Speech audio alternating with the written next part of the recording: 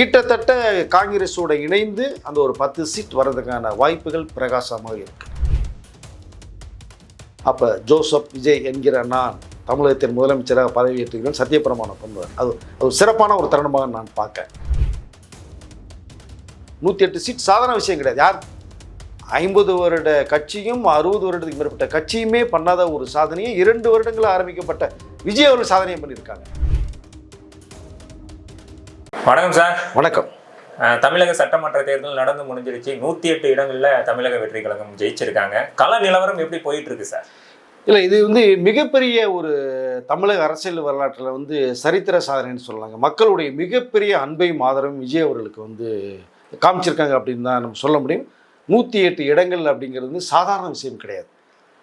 77லேயே பார்த்தீங்கன்னா மக்கள் தலைவர் எம்ஜிஆர் அவர்களே 33.4% வாங்கப்பட்டதான் இருந்தது. பட் அதையும் உடைத்தெறிஞ்சிட்டு விஜய் அவர்கள் இப்போ 35% கிட்ட வாங்கியிருக்கார் அப்படின்னா அது மிகுந்த ஒரு பெர்சன்டேஜ் தான் நான் பார்க்குறேன். நான் இதற்கு முன்னாடி ஆண்டவர்களும் ஆளுகின்ற கட்சியும் பார்த்தீங்கன்னா 31-27% வாங்கப்பட்ட ஒரு விஷயம் ரொம்ப இருக்குது. நான் ஏற்கனவே சொல்லி 30% விஜய் அவர்கள் சாலிடாக வாங்குவாங்க, மக்கள் அந்த வாக்குகளை கொடுப்பாங்க. 1.5 லட்சம் மேற்பட்ட வாக்குகள் விஜய் அவர்களுக்கு வரும்னு சொல்லியிருந்தேன். அதுதான் நடந்திருக்கு. நிறைய நம்ம பேசின விஷயங்களை விஜய் அவருடைய பார்வைக்கு அவரும் நிறைய பிரச்சாரங்களை பேசின சம்பவம் இருக்குது நமக்கு. அதனால் இந்த 108 இடம்ங்கிறது மிகப்பெரிய ஒரு வெற்றி சாதனை. ஆனால் கட்சி ஆரம்பித்த 2 வருஷத்துலேயே இவ்வளோ பெரிய ஒரு செல்வாக்கை காமிச்சிருக்காருங்கும் போது அதை எல்லா அரசியல் விமர்சகர்களும் அரசியலுடைய தலைவர்களுமே வியந்து பார்க்குற அளவுக்கு இருக்காங்க. ஸோ இந்த வெற்றி சாதாரண வெற்றி அல்ல.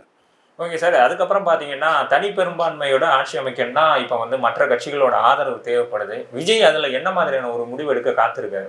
இல்லை, விஜய் அவர்கள் கிட்டத்தட்ட அதுக்கு வேண்டிய ஏற்பாடு ஏன்னா தெரியும் இன்னொரு 10 சீட் தேவைப்படுது.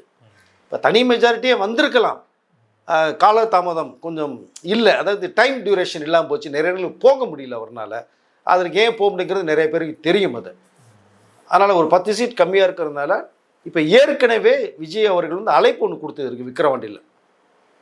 கூட்டணிகளை யார் வேணாலும் வரலாம், டிவிக்கியோட கதவு திறந்தே இருக்கிறது, வந்தீங்கன்னா ஆட்சியிலையும் பங்கு அதிகாரத்திலையும் பங்குங்கிற தெள்ள ஒரு விஷயத்தை சொன்னார். இன்ன வரைக்கும் அந்த ஸ்டாண்டில் இருக்காங்க விஜய் அவர்கள். ஸோ இப்போ கூட்டணிக்கு முன்பாக வரும்போது விஜய் அவர்களை ஒரு அண்டர் எஸ்டிமேட் பண்ண நிறைய பேர் இருக்காங்க. வருவாரா வரமாட்டாரா இப்படி நம்புறது, சினிமாவில் ஓகே அரசியலுக்கு ஓகே, எல்லாத்தையுமே தூளாக்குனாங்க. அது மக்கள் கொடுத்த மிகப்பெரிய ஒரு ஆதரவு. இப்போ மொத்த எம்எல்ஏக்கள் கூடயுமே விஜய் மீட்டிங் போட்டுக்கிட்டு இருக்காரு. என்ன மாதிரியான விஷயங்கள் சார் பேசிக்கிட்டு இருக்காங்க? இல்லை, அதுதான் இப்போ அதாவது 108 சீட் வாங்கிட்டாங்க. இப்போ கூட்டணிக்குள்ளே வர முடியாது வெளில போனவங்க இப்போ கூட்டணிக்குள்ளே வர்றதுக்கு ஆசைப்படுறாங்க. போனால் ஆட்சியிலையும் பங்கு அதிகாரத்தில் பங்கு அப்படிங்கிற ஒரு விஷயம் இருக்குது. காங்கிரஸ் முதன்மையாக பார்க்கப்படுது. 5 சீட் வின் பண்ணியிருக்காங்க. அவர்கள் முன்பே பார்த்தா 70 சீட் கொடுக்கப்படுற தகவல் வந்ததை நம்ம 50 சீட்டுக்கு மேலே சாலிடாக வின் பண்ணி ஒரு எதிர்கட்சியாக கூட போய் உட்கார்லுங்கிற சூழ்நிலை அன்றைக்கு இருந்தது காங்கிரஸ். அதுக்கு பட் அந்த அரிய வாய்ப்பு மிஸ் பண்ணிட்டாங்க. இப்போ மிஸ் பண்ண விரும்பவில்லை. ஆனால் நேற்று வெற்றி வாய்ப்பு விஜய் பக்கம் அந்த ரிசல்ட் வந்த உடனேயே ராகுல் அவர்கள் உடனடியாக மொபைல் மூலமாக 15 நிமிடம் பேசின விஷயம் இருக்குது. அப்போ அந்த 5 சீட்டோட உள்ள வர்றதுக்கு வாய்ப்புகள் பேச்சுவார்த்தை விஜய் அவரோட போய்கிட்டு இருக்கு. இன்னும் ஒரு 5 சீட்டு தேவை. அப்போது விசிகாவுடைய தலைவர் திருமா ஐயா அவர்கள் கூட கிட்டத்தட்ட விஜய்க்கு ஒரு ஃபேவரான விஷயத்தை இப்போ ட்ராவல் பண்ணுறாங்க. அப்புறம் கம்யூனிஸ்ட் அந்த பக்கம் ஒரு 2. ஸோ கிட்டத்தட்ட காங்கிரஸோட இணைந்து அந்த ஒரு 10 சீட் வர்றதுக்கான வாய்ப்புகள் பிரகாசமாக இருக்குது.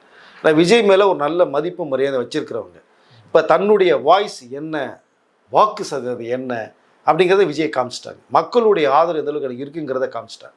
அப்போ இப்போ உள்ளுக்குள்ளே வரதுக்கு வாய்ப்புகள் நிறையா இருக்கும். யார் கூட்டணிக்குள்ள இப்போ வந்தாலுமே அந்த ஆதரவு தர்றாங்களோ அவர்களுக்கு எல்லாத்துக்குமே அமைச்சரவையில் போஸ்ட் இருக்குது, அதிகாரத்திலையும் அந்த ஷேர் இருக்குது. அதை தெளிவாக உணர்ந்துட்டாங்க. ஸோ இப்போ 108 வேட்பாளர்கள் வெற்றி வேட்பாளர்களோட விஜய் அவர்கள் நம்ம கவர்னரை சந்திக்கிறதுக்கு ஒரு மெயில் அனுப்பிச்சிருக்காங்க. கவர்னர் இன்று மாலை சென்னை வர்றாரு. நாளை அழைக்கப்பட்டால், இல்லை இரவே கூட அழைக்கலாம், சொல்ல முடியாது, அழைத்தால் உடனடியாக 108 பேரோட போய் நாங்கள் விஜய் அவர்களை எங்கள் தலைவராக ஏற்றுக்கொள்கிறோம், தமிழகத்தின் முதலமைச்சராக நாங்கள் முன்மொழிகிறோம்ங்கிற விஷயத்தை சொன்னோன்னே ஆளுநர் அவர்கள் பதவி பிரமாணம் பண்ணி வைப்பாங்க. அப்போ ஜோசப் விஜய் என்கிற நான் தமிழகத்தின் முதலமைச்சராக பதவியேற்றுகிறேன், சத்தியப்பிரமாணம் பண்ணுவார். அது சிறப்பான ஒரு தருணமாக நான் பார்க்கேன். அதற்கு பிறகு சட்டசபைக்கு போவாங்க. அங்கே அவருக்கென்று ஒரு மிகப்பெரிய முதலமைச்சர் நாற்காலி மேஜிங் ரெடி ஆகிட்டு இருக்கு. அங்கே உட்கார்ந்து மற்றவர்களோட பேச்சில் போகும்போது இது வந்து மெஜாரிட்டியை நிறுவதற்கு ஒரு 14 days அது விஜய் அவர்களுக்கு டைம் கேட்டுக்கிறதா ஒரு தகவல் வருது. அந்த 14 நாட்களுக்குள்ளாக தன்னுடைய மெஜாரிட்டியை நிரூபிக்க வேண்டும். நிரூபிச்சிட்டாங்க அப்படிங்கும்போது அந்த 5 வருட காலங்கள் அவருடைய ஆட்சி சிறப்பாகவும் செழிப்பாகவும் இருக்கும் அப்படிங்கிறத நான் சொல்லிக்கொள்ள விரும்புகிறேன். அது இன்று நாளைக்குள்ள நடக்கிற வாய்ப்புகள் நிறைய இருக்கு. அதிமுக இந்த கூட்டணிக்குள்ள வர்றதுக்கான ஏதாவது முயற்சிகள் எடுக்கிறாங்களா? ஏதாவது ஒரு பேச்சுவார்த்தைகள் போயிட்டு இருக்கா? இல்லை, அவர்களுக்கும் அந்த ஆசை இருக்கு. ஏன்னா ஆட்சியிலையும் பங்கு அதில் பங்குன்றது மாதிரி தான் அவர் உள்ளுக்குள்ளே வர்றதுக்கான வாய்ப்புகள் நிறைய இருக்குது. முன்னே வந்திருந்தாங்கன்னா ஒரு டிமாண்ட்ஸ் வேறு மாதிரி இருந்திருக்கும். இப்போ அதுலேருந்து கிட்டத்தட்ட ஒரு 10 பேர்கிட்ட வெளியில் வர்றது மாதிரியான ஒரு சூழ்நிலையும் இப்போ மாறிக்கிட்டு இருக்கு. ஏன்னா அவர்களும் வந்து தனி சின்னத்தில் நின்று தான் இப்போ ஜெயிச்சிருக்காங்க. பாட்டாளி மக்கள் கட்சியும் கிட்டத்தட்ட 4 இடங்கள் நினைக்கிறேன் அதில் வின் பண்ணியிருக்காங்க. அவர்கள் வர்றதுக்கான வாய்ப்புகளும் கிட்டத்தட்ட இருக்குது. ஏன்னா ஒரு மெஜாரிட்டி நெருங்கிக்கிட்டு இருக்காங்க விஜய் அவர்கள். 108 சீட் சாதாரண விஷயம் கிடையாது. யார் 50 வருட கட்சியும் 60 வருடத்துக்கு மேற்பட்ட கட்சியுமே பண்ணாத ஒரு சாதனையை 2 வருடங்களில் ஆரம்பிக்கப்பட்ட விஜய் அவர்கள் சாதனையை பண்ணியிருக்காங்க. அப்போ அவர்களுக்கு ஒரு ஆதரவு தருங்கிறது வந்து அதாவது ஜனநாயக முறைப்படி ஒரு நியாயமான முறையாக இருக்கும்னு தான் நான் நினைக்கிறேன். ஏன்னா எந்த பொருள் வேஸ்ட் ஆகிடக்கூடாது. அப்போ இவர்கள் கொடுக்கும்போது அந்த ஆட்சியில் பங்குகளுக்கும் வரும். ஒன்று கொடுத்த ஒன்று வாங்கிக்கிறீங்க. ஸோ அப்போ செழிப்பான முறையில் நீங்கள் செயல்படலாம். தமிழக மக்களுக்கு நீங்கள் என்ன வேணுங்கிறத நீங்கள் கேட்டு தான், அதாவது சொல்லி தான் நீங்கள் வந்து இந்த வெற்றி வாய்ப்பு கொடுத்துருக்காங்க. அப்போ அதை வெற்றி வாய்ப்பை ஆட்சியில் பொருளோட நீங்கள் பயணம் செய்யும் போது அதை செய்கிறதுக்கு ஈஸியாக இருக்கும். அப்போது கிட்டத்தட்ட விஜய் அவர்களுக்கு மிகப்பெரிய ஒரு ஆதரவு இப்போ 4 பக்கமும் இப்போ வந்துட்டு இருக்க மாதிரி தகவல் வருது. பேச்சுவார்த்தைகள் ஆரம்பிச்சாச்சு. அது சிறப்பான முறையில் செயல்படும் தான் நினைக்கிறேன். இதை தொடர்ந்து பார்த்தீங்கன்னா விஜய் அவர்கள் சிஎம் அவர் தான் இருக்க போறாரு. இந்த டெப்யூட்டி சிஎம்ங்கிறது தாவேகா கட்சியில் உள்ளவங்களுக்கு கிடைக்குமா, இல்லை அந்த ஒரு முறையே இந்த டைம் இருக்காதா சார்? இருக்காது, அதுக்கு வாய்ப்பே கிடையாது. டெப்யூட்டி சிஎம்ங்கிற போஸ்ட் இருக்காது. நீங்கள் வந்து வேற ஒரு கட்சி மிகப்பெரிய அளவில் வந்து தாவேகாவோட கூட்டணி அமைக்கப்பட்டு அப்படியே ஒரு மாதிரி ட்ராவல் பண்ணியிருந்தேன்னா அந்த டெப்யூட்டி சிஎம்ங்கிற போஸ்ட் கண்டிப்பாக உருவாகும். இப்போ 108 இடங்களை வந்து அசால்ட்டாக தட்டி தூக்கியிருக்கார் விஜய் அவர்கள் டிவிக்கு, இல்லையா? அப்போ மீண்டும் ஒரு 10 சீட்டு தான் தேவை. அப்போ அவர்களுக்கு வந்து மிகப்பெரிய அளவில் ஒரு அமைச்சர்கள் இடம் கிடைக்கும். அது சிறப்பாக பார்க்கப்படும். டெப்டி சிஎம்க்கு இப்போ இந்த டைம் அதற்கு வந்து வேலை இல்லைன்னு நினைக்கிறேன். ஏன்னா சார் இப்போ வந்து விஜய் நிறைய பேரை கூட்டணிக்கு கூப்பிட்டாரு, யாரும் வரல. விஜய்யே கூட்டணிக்கு கூப்பிட்டவங்களுக்கும் இவர் வச்ச டிமாண்ட் வந்து செட் ஆகலைங்கிற போது திரும்ப அந்த இணக்கமான சூழலை உருவாக்குறதுக்கான பேச்சுவார்த்தைகள் நடக்குமா? அரசியலில் மாற்றங்கள் வருங்க. நேற்று இருந்த கூட்டணி இருந்த இன்றைக்கு இல்லை, வேறு மாதிரி கட்சிகள் மாறுபட்ட 5 வருடங்கள் மாறுபட்ட நிறைய விஷயங்கள் நம்ம பார்த்துருக்கோம்.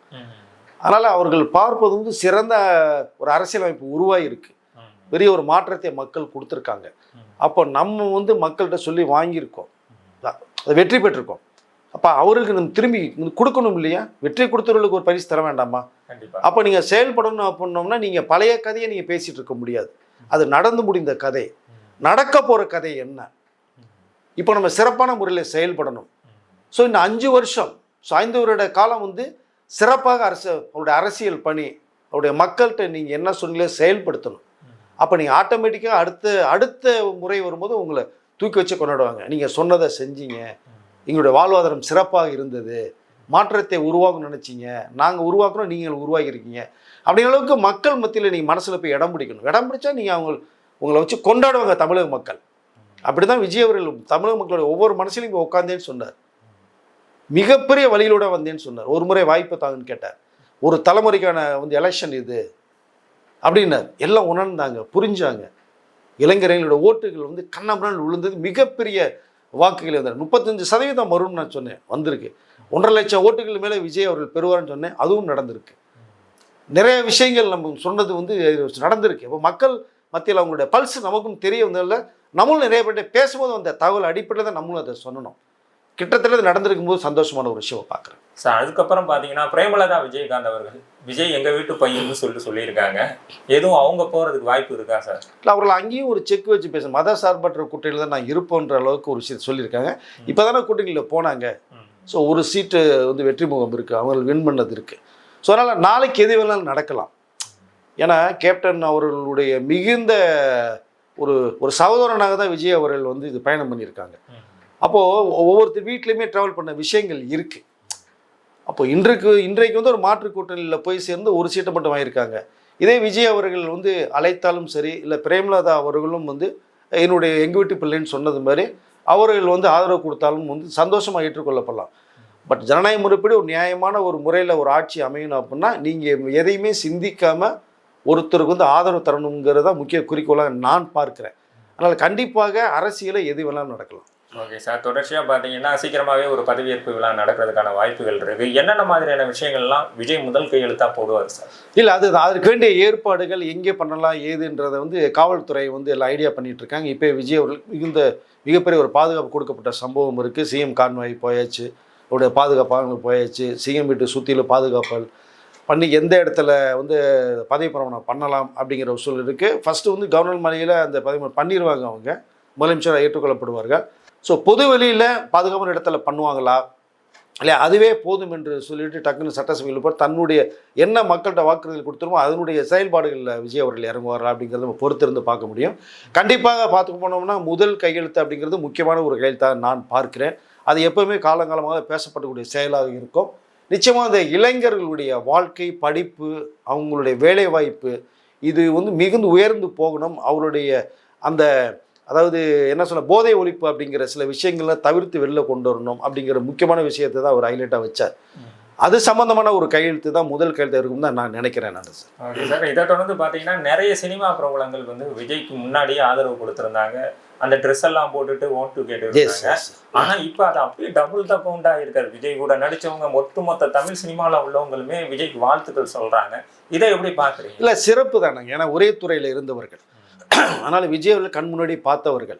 அதனால் எல்லா பேருமே ஒட்டுமொத்தமாக விஜய் நம்ம துறையிலிருந்து மிகப்பெரிய ஒரு வரலாற்று சாதனையை வந்து ஏற்படுத்தியிருக்கிறவர். ஸோ அப்படி ஒரு நபர் நம்ம தமிழகத்தின் முதலமைச்சர் இருக்கும் போது அவர்களுடைய மனங்கள் எல்லாமே வாழ்த்துக்களை கண்டிப்பாக சொல்லியிருக்காங்க. இல்லை, ரஜினி சார் வாழ்த்துக்கள் சொல்லியிருக்காங்க. கமல் ஆப்போசிட்டில் இருந்தால் கூட அவருடைய வாழ்த்துக்களை பதிவு பண்ணியிருக்காங்க. இன்னொரு பக்கம் சிம்பு இன்னும் ஹைலைட்டாக வாழ்த்து சொல்ல, சிவகார்த்திகேயன், அப்புறம் ஜீவா, அந்த விக்ரம் என்னுடைய நண்பர் முதலமைச்சருக்கான அவருடைய வந்து அந்த காஸ்டியூம்லேயே வந்து ஓட்டுப்பட்டவர்கள் இவர்கள் எல்லாமே கிட்டத்தட்ட பார்த்தீங்கன்னா. ஸோ அதற்கு பிறகு பார்த்தீங்கன்னா சிவகுமார் அவர்கள் சூர்யாவுடைய அப்பா நிறைய விஷயங்களை பதிவு பண்ணார். வாக்கு போட்டு வந்ததுக்கு பிறகு இளைஞருடைய வாழ்க்கையை சிறப்பாக இருக்கணும், போதையை ஒழிக்கணும்னு சொல்லியிருந்தார். சிறப்பாக அவருடைய வாழ்த்துக்கள். ராகுல் காந்தி அவருடைய வாழ்த்துக்கள், பிரதமர் மோடி அவர்களுடைய வாழ்த்துக்கள், ஸோ இன்னொரு பக்கம் அண்ணாமலை அவர்கள் வாழ்த்துக்கள் அப்படின்னு எல்லாருடைய வாழ்த்துக்களும் கலைத்துறை, அரசியல் துறை, இந்திய அரசியல் அத்தனை பேருமே தன்னுடைய வாழ்த்துக்களை சொல்லியிருக்காங்க. ஆந்திராவுடைய முன்னாள் முதலமைச்சர் கூட வந்து விஜய் அவர்கள் வாழ்த்து சொன்னது ஒன்று இருக்குது. ஸோ ஏகப்பட்ட இந்த பக்கம் கார்த்திக் சிதம்பரம் அவர்கள் இவர்கள்லாம் கூட நிறைய பேர் வாழ்த்துக்கள் சொல்ல முடிஞ்சது. பட் நம்ம வீட்டு பிள்ளையாக வளர்ந்த விஜய் இன்னைக்கு ஒரு மிகப்பெரிய உயர்ந்த இடத்துல பெருங்கும்போது அது பெருமைக்குரிய விஷயம் தானே. இப்போ விஜய் ஒரு நடிகராக மட்டும் தமிழக மக்கள் பார்க்கலைங்கிறது தானே சார் இந்த இடத்துல தெரியுது. இவ்வளோ பெரிய வெற்றி இல்லை. கண்டிப்பாக சார். ஏன்னா நீங்கள் ஒரு விஷயம் என்னை உயர்த்தி வச்சு பார்த்துருக்கீங்க, நான் அதை திரும்பி செய்யணும்னு சொன்னார். ஒருத்தருடைய வழியில் எனக்கு தெரியும் புரியும்னு சொன்னார். நான் மிகுந்த வழியிலோட வந்திருக்கேன்னாரு. அரசியல் வந்தது ஒரு தவறா, ஒரு தனிப்பட்ட ஒரு மனிதன் வந்தது சுற்றி அடிக்கிறாங்க, அது வழியில் சொன்னார். நானும் அதை தான் சொல்லியிருந்தேன். நான் மற்றவர்கள் எல்லாமே வந்து கூட்டணியோட போகும்போது வந்து இவர் தனித்து ஓடுறாரு. அதை அப்போது மக்களுக்கு செய்ய நினைக்கிறது ஒரு தவறான்னு கேட்டேன் நான். அதை கண்டிப்பாக அந்த மக்கள் வந்து தவறு இல்லை, நான் விஜய்க்கு ஆதரவு தர்றோம் அப்படிங்கிறது தான். இங்கே விஜய் ஒரு நடிகராக தாண்டி ஒரு மனிதனாக வந்து பார்க்குறாங்க, தன் வீட்டு பிள்ளையாக பார்த்தாங்க. அதுதான் விஜய் அவர்களும் சொன்னார். உங்கள் வீட்டில் நான் ஒரு பிள்ளையாக, அண்ணனாக, தம்பியாக, மாமாவாக அப்படின்ற விஷயத்தெல்லாம் சொன்ன ஒரு விஷயம். அதுதான் அந்த மக்கள் ஏற்றுக்கிட்டாங்க. நம்ம அதான் சொல்ல இல்லையா, ஒரு வந்து எளிய மக்கள் ஒரு தலைவனாக, ஸோ ஏழை பங்காளனாக அப்படிங்கிற அளவுக்கு அவர் வசதி வாய்ப்புகள் கூடியில் இருந்தாலும் சாதாரணமாக மக்கள் மத்தியில் போய் ரீச் ஆனார். உங்களில் ஒருவன் சொன்னார். அதனால் விஜய நடிகரையும் தாண்டி நமக்கு அதாவது எதிர்பார்க்கிற ஒரு தலைவனாக கண்ணு முன்னாடி மக்கள் மத்தியில் தோன்றார். அதன் விளைவாக தான் இந்த மிகப்பெரிய ஒரு வெற்றி வாய்ப்பை கொடுத்துருக்காங்க. ஓகே சார், அரசியல் களத்தில் அடுத்தடுத்து என்ன நடக்குதுங்கிறத அடுத்தடுத்த வீடியோக்குள்ளே பார்ப்போம். நிறைய தகவலை பகிர்ந்துக்கிட்டீங்க. ரொம்ப நன்றி சார். நன்றி.